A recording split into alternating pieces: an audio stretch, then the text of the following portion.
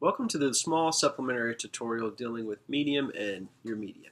Now with this specific tutorial, we've broken down a few different examples of media using past workshop videos. So as with these smaller tutorials accompanying each unit, you'll see that there's broken into segments, and so it's little portions, excerpts from different past workshops that is relevant to what we're dealing with for this specific unit.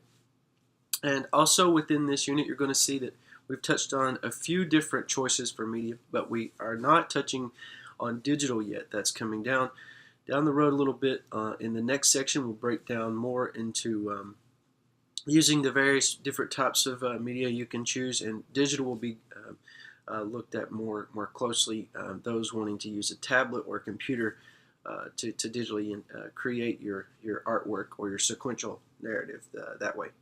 So in this specific tutorial, we're dealing with pastels, oil pastels. We're dealing with, of course, pencil, ink, watercolor, and so we're looking at these specific choices now, and markers as well. So I think the Prismacolor markers. So these are options that are probably the most readily available around. What you can interchange crayons and different types of the dry media for the oil pastel, so that could relate to that.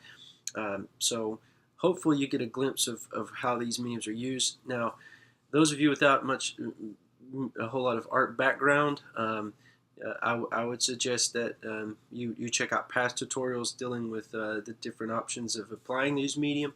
So whatever medium you choose to use, do a little research on that. We have a lot available for past workshops, and also if you go to YouTube and you search for Epling illustrations, I have a lot of different tutorials on there dealing with a specific medium. Okay, so thanks again for participating. So here we go. Let's go ahead and start looking at the choices that we have, some of the choices, not all, for you to choose from for your project. Now we're using ink today. I brought a few examples.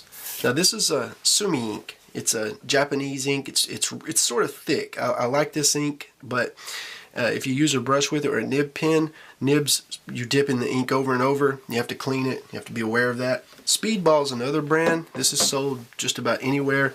You get office supplies. You can dip your ink into Speedball and use it just as well as the Japanese fancy stuff. Well, there's a ton of other types. This is a Deleter black ink. This came in a set. Ink comes in different types of thickness and grades of color, so that's something you got to be aware of. What I like to do is see what other artists are using. Higgins makes a really nice ink. You get it in various colors. This is a brown, and you know, you can play around with the colors. This is the color here of this ink, and you can use different inks to do different types of cartoons and characters using various styles, such as Bill Watterson. Now the cool thing about it is they also make white ink. You might say, well, why in the world do you need white ink for? Well, this is great for whenever you make mistakes with ink, because you can't erase ink, right? But if you can't get any of the fancy stuff, this is what I like to use. A little bit of white out. That covers most of your mistakes wonderfully well. In fact, it looks like I've even used black over the white out there a little bit. Don't know how that happened, but it does. Now, one more little tip is, if you have a contact lens case you're not using, you can fill this up with ink, put the lid on, and you can take it with you wherever you go. You can bring your nib along or your brush, and you can pull ink from there and sketch on the road or on the go. It's a wonderful little bit of a tip to use if you're interested. You know, everybody mostly has access to a case for contact lens, so there you go. So the tools I'm using today, it's going to be a nib. This is a nib. That's what we mean by a nib. It's the metal part. This is the nib holder, which is wooden. They use these a lot in calligraphy, so you can get drawing nibs as well. We're also going to be using this brush pen. All it is a simple brush, but it has an ink reservoir in here, so you have to refill it. You don't have to keep continuously dipping it over and over. Now if you like brush pens, and that's what Watterson used, was a typical brush. He used a sable brush. I think it's a Winsor Newton maybe or something, but there's different sizes of brushes. That's something you have to be careful for. But if you want to purchase one of these pens that you refill, it's a brush pen. I noticed that some brands, such as this one, is a little more thick tip than the red pen here. And as for the brands, this is Pentel, and I think this is Kuriaki. or Kuretake. I'm not really sure how to pronounce it right offhand, but that's the brand names. You have to be careful though, because I purchased this giant massive brush pen at one point thinking it was a great idea, but you can see the tip is massive. So this is great for coloring in large sections of black, but if you're going to draw on a small scale, you have to be careful. We're also going to be using a Faber-Castell. This is an artist pen. It's called a warm gray. It just makes a simple grayish tone, so you could put a little bit of gray into your drawing. And then we're also going to be using a water pen for a little bit of watercolor to put on our rooster at the end. So that's our tools we're using. So in this particular segment, this is dealing with inking. Now, I'm using a brush to ink the Batman and Robin that you're seeing, and the small little kit that you see with the ink in it, that's actually a contact lens case. So when I'm conducting these workshops for Pike TV, it's a local access television show, I bring in different choices of media to show. Ink is a very fun media to use. I like to work in it. Of course, it's all about planning, so you need to pencil in everything and know exactly where you're going to ink before you start. Heavy shadows is wonderful. You could cross-hatch with ink, or you can lay down heavy blocks. There's also different ways to get effects with shadowing if you dilute it with water. So ink is a great, fun medium to use.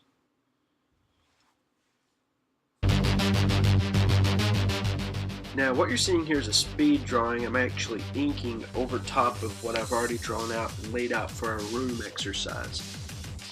All of that you see surrounding my palette, my table there, is actually oil pastels. So I have those spread out. And now laying down oil with oil pastels, a lot of artists use it in different ways. I like to actually use my finger or some sort of a smudge stick. So this is basically what we have now. I put this together sort of quickly in order to show. Pastels almost look very cartoony. You can get those effect from it, which I love. If you're a fan of Van Gogh, or if you're a fan of artists that used a lot of thick paint and a lot of movement, I like oil pastels for that reason. So what I've done is basically I've went over and I've applied just a light color effect with using pastels to show you how the light would be affected by perspective too. Now if you notice, I use my finger a lot to put in these shadows. So even like with this effect here on the back side of the chair. And this is really what I wanted to focus on here towards the end. I'd like to do a video just about the application of oil pastels down the road. I think that would be really good. Maybe just bring in a drawing and I can show you how to color that.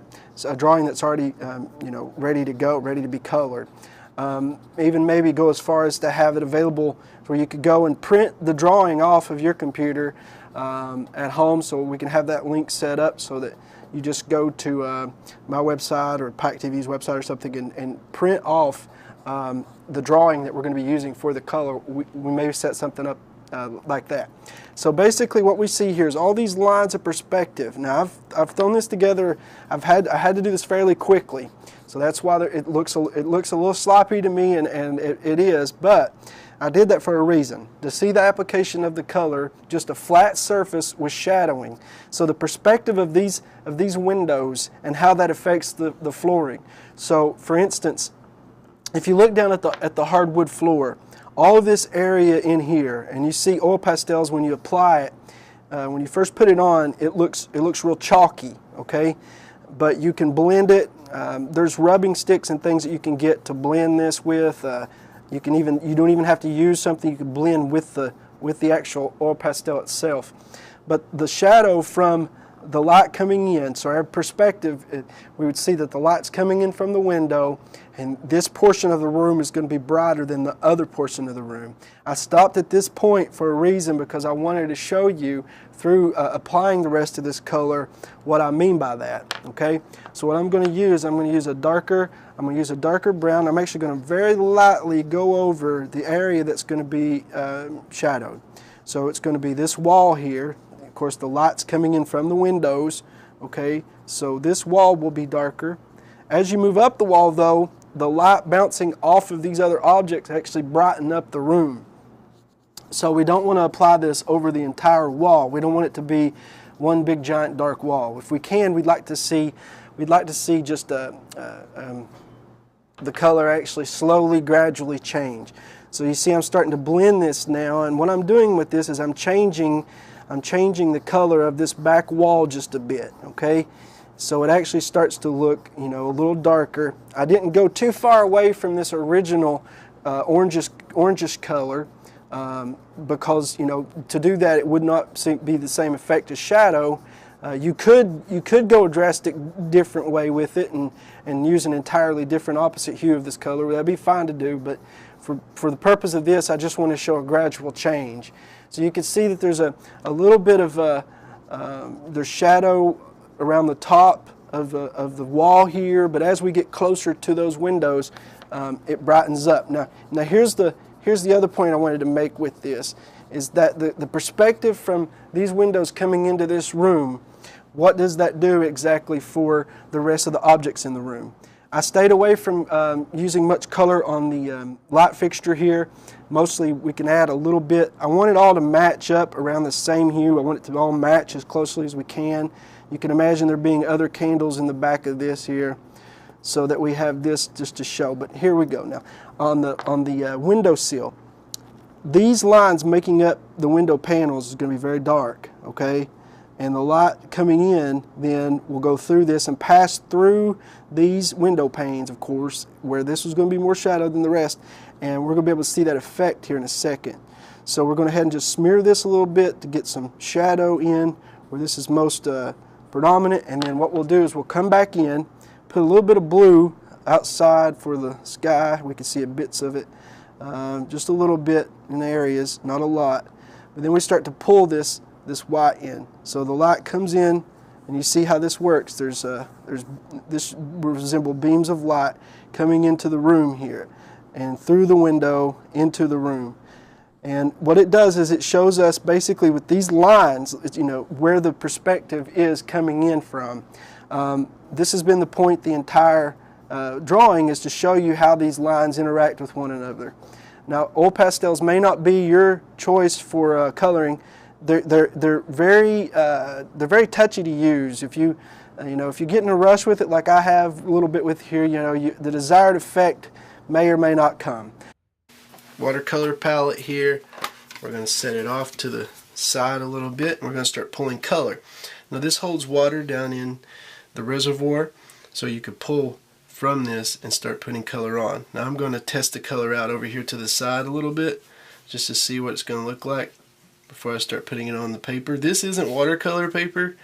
It's, you know, obviously it's best to use watercolor paper, but sometimes I like to use regular you know, sheet drawing paper to color on, just because it gives an interesting look to how the color dries. I don't know what it is about it. I like it. I had a sketchbook that I filled up with color, but it wasn't watercolor paper, but I just loved the way that it looked. So we got a little bit of color on the tail. Now we're going to maybe put some color down here on his pants or his shorts. I'm not really sure what those are. But you see how the gray that I put down first now stays underneath the colors that I'm adding, which is what I wanted to happen. I'm very lightly putting on color. I'm not trying to put too much on. I'm adding color to different parts of the picture. So let's say I pull this green up and I let a little bit down here on the shirt. I take a little more green and I slap it up on the tail. I think it's good to spread color out so that you see, even though the pants are supposed to be blue, you see a little bit of that green in the pants somewhere, and I think that's a good idea to do that. It makes when you look at whatever it is you're looking at or you've created, and you see that color spread out throughout in various places, it draws your eye to those areas, and it makes it so not one area is too thick. Okay, so what we're going to do now is put a little bit of brown in there. The rooster he's going to be primarily this color. But we're not going to stick to that totally. Of course, the wing will be a little lighter, and pull some more color up onto his face. This will be a little darker underneath his beak there. And once we have the light brown put down, we're going to pull a little bit more color out and start adding to the tail. You can see how the watercolor blends. It looks really good, I think. on regular drawing paper. This is about the thickness. It's a little heavier than a copying paper like you use in a copy machine. It's a little thicker than that. So that's pretty good for the tail. And we can add a little more green now to the shirt. We're using colors that complement each other, of course, and so we're trying to make it a bright, nice, colorful character. Why I put a chicken leg on his shirt, I don't know. Notice I'm not using a ton of color either. I'm not coloring in every little part of this. I'm leaving some parts white. Leaving that white really separates the colors well, and it also adds a certain effect to the drawing, like there's more light coming in somewhere or something. But you know, you don't have to do that. If you want to color everything in, you know, it's completely up to you, right? So we're going to put a little more dark in his tail up here, like this. I'm going to blend that in a little bit more. Roosters have very colorful tails, so the more color that you can add and get into it, the better. So now we have primarily everything we need to go ahead now and finish out in this brown color. Notice I'm testing out my colors over here before I start putting them down. I do that just to make sure, you know, I'm on the right track with things. I'm not pulling too much color out. It's not, you know, it's going to blend okay, those sorts of things. So I like to see what it's going to look like before I put it down most of the time. So I'll put a little more brown in the back of his tail coming out this way now, adding to it, separating the wings, fingers of on his wing, I should say, I guess. Now we're going to go ahead and pull a little bit more of that color we used earlier down on the legs. See, I'm just putting it on there lightly. I'm not overthinking it. I'm not trying to, you know, I'm not trying to build a masterpiece here. I'm just a simple little cartoon, right? So we've got pretty much everything we need here. We can add a little bit more to the chicken leg, a little brown in there, and down this way, and maybe a little more at the top for his beak here. And then of course the crown is this deep color, and what we're going to do is add to that now. So here's what we've got. We've got our little rooster. He's all set up, he's good to go, and we finished it up. So we're really pleased with how it looks. I hope you've had a great time, and there we go. We have just designed and created our very own rooster. Now before we start adding any of these markers, the art pens. Now if you don't have any of these at home, you can use, if you have ink, you can put a little bit of water in the ink, it'll work well. But these come in these series of percentages, and if you looked really close on here, you could see 40%, 30%, this is 50%. What that means is, the higher up in percentage you go, the more ink that's in this pen, so the darker it's going to be. The hue is going to be closer to black, the higher the percentage of the pen, okay? So I've got a few of these out here I'm going to use in a second. But first, I'm going to speed ink through this. So what this means is, I'm going to ink the lines that I have already on the paper with a pen. So if you're at home and you're following along, take your pen and ink all your pencil lines. Trace over your pencil lines with me right now, okay? Then we're going to stop and we're going to put some of this onto the page using these art pens. So let's go ahead and get started with inking our drawing.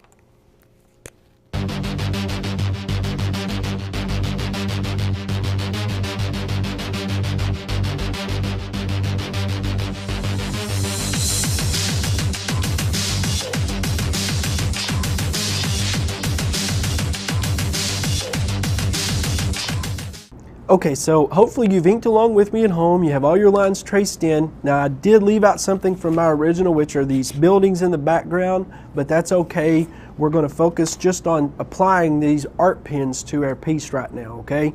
I have enough material here to do that in. Now I'm going to start out with a low percentage. So I'm actually looking for a maybe, let's see what a 10% looks like. So this is a 10% marker, and you can see here, based on this, you hardly can see a 10%. It's almost like putting nothing on there at all, right?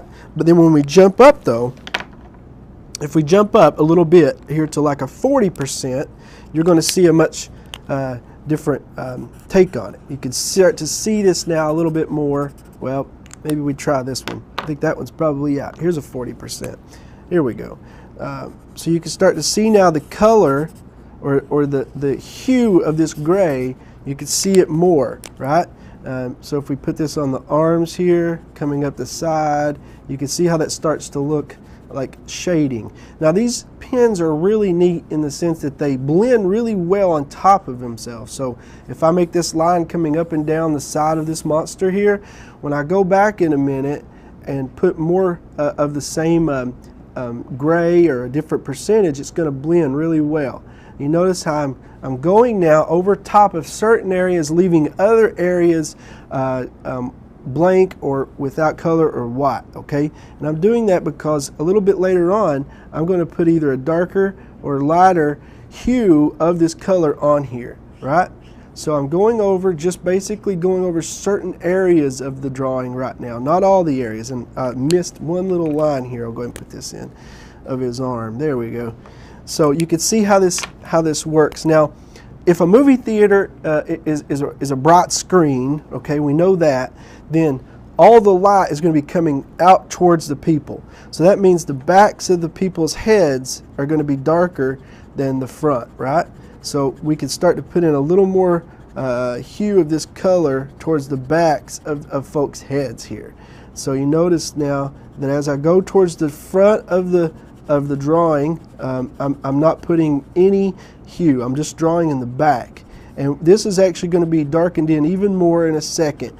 One thing about tracing in a pen though, and you can see what's happening here a little bit, whenever I start to color over top of some of these areas, the pen is actually blending in, it's smearing, because the pen is, of course, the ink is wet, and now we're putting something else that's wet on top of it, and you can see what kind of happens. If we jump up to a 50% now, we can start to see a significant difference in this hue. And as I get out towards the borders of where I applied the 40%, I'm going to start to not put any hue down. And this really helps to give the effect that the light is coming from the front and towards the backs of the head. So in the back here, put more than the front. These art pens are really helpful, and I wanted to show this today because we've talked a lot about color, and we talked a lot about how color works whenever you use hues of certain colors. But what happens when you just use gray? Gray is a color. Yeah, it's black and white. It's not, as flashy as the one I showed you at the beginning that I did with all the different colors, but it does give a certain effect that I think is really nice to a drawing whenever you just use a certain shade of gray. Now I'm going over towards the backs here. Notice that I'm staying away from the front, and I'm just putting color as I go, really loose. Okay, I'm not trying to be really technical with this. I'm just having fun putting splotches of color where I think it would be. All right, now inside of the monster's mouth, of course, this is going to be darker. We may even make it even more dark. But now, once I have this line, I could go back over where I've put the color, and I can add more to it. And that's what I'm doing now, okay? I'm going back over top of the gray, over top of the 40%, even in areas where I'm not, I didn't put any of the 40%. And I want to use this sparingly because this is actually going to be colored over more in a little bit. We'll try to get all this in time. We covered sort of a lot here today, but I think it's good to see how these colors are used, right? And you could go in, now the light's coming out, of course, so you could put in some shading in between the folds of the fabric here. If I took my time with this and colored in each little step solidly, not just sort of scratching it on, you could see how this would blend a lot better. But for time purposes, I'm just wanting to get this finished at least so you could see. Now notice I'm still using this little scratchy method, and I'm going over the back here to the debris and just trying to get that filled in over top where the shadows would be. And then also inside the mouth, of course, here in a second, and around their heads. Now this is a 50%, and what I'm going to do now is jump up even higher than that. I think I'm going to go up to, this is a 80% now, right? And for the 80%, this is going to look almost black, I think. Yeah, it does look almost black. But if you can see this in person, you'd be able to tell that this is actually gray, right? So we're going to color around the heads here where the main part of the screen is, getting all that filled in. Now at home, if you have markers at home, what you could do to get this effect, pick one or two or three colors that are similar to one another. So shades of blue, you could do this in shades of blue, green, whatever color you want. But remember that you have to do it in the same color to get the effect. So it's hues, right? So you're selecting certain colors that are of the same, on the color chart of the same color, but different hues, okay? So we've got this darkened in now towards the bottom. You can see how it's starting to pop out more, right? You can actually see how the light resembles that there's light coming in. So, you know, if we had more time, we'd finish this up with these markers. I love using these markers. They work really well, and you know, they're fun to play around with to see what sort of effects you can get.